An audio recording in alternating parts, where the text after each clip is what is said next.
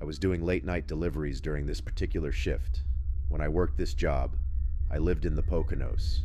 It was very rural up there. I often found myself driving down roads surrounded by nothing, but trees just like this. Night only, it was dark and foggy. This time driving down a shortcut to town that I had taken many times before. I slam on the brakes when I see somebody jump out from the bushes onto the road.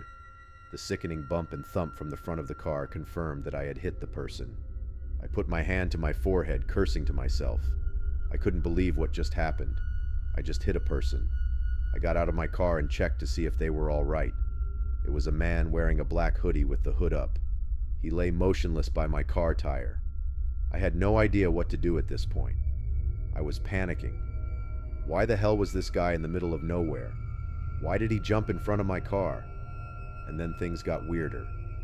I can hear a scream for help coming from the woods to the left of me. Somebody was in trouble. I looked at the man I hit with my car.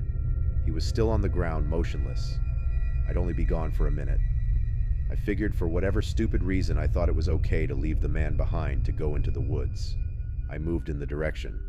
I heard the scream originally, hoping to hear another, but it was just total silence, except for the night creatures making their sounds. "Where are you?" I yelled out. It was at that moment I heard the sound of a foot crushing the leaves on the ground. I turned in the direction of the sound, and even in the dark and foggy weather I could still make out the figure of somebody hiding behind a tree opposite me.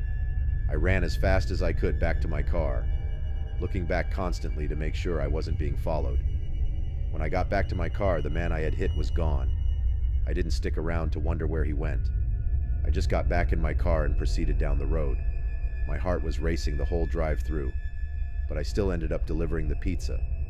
I got to the house, and when I rang the bell, a middle-aged woman answered after paying.